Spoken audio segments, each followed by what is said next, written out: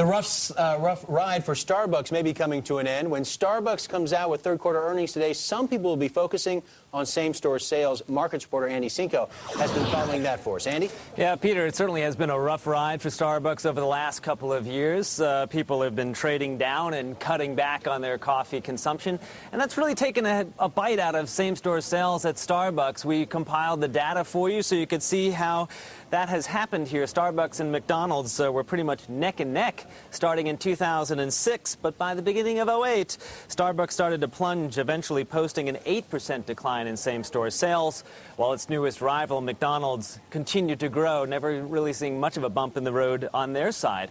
But there is a silver lining in this decline for Starbucks in that the worst may very well be over here. Analysts are predicting third-quarter comps or same-store sales for Starbucks will decline just 7%, so a smaller decline, less worse, if you will, Peter and Scarlett.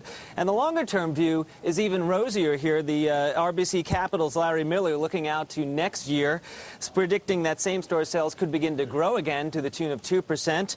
Jeff Farmer at Jefferies is even more optimistic. He says they could rise by 4%.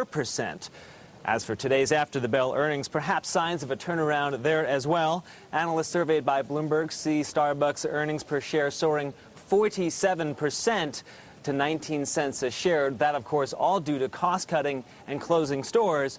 Revenue, on the other hand, will still, however, be weak. Analysts say it could drop 8% to $2.4 billion in today's report, which, again, is after the bell. Peter, back on up. All right, Andy, we'll be watching for that today.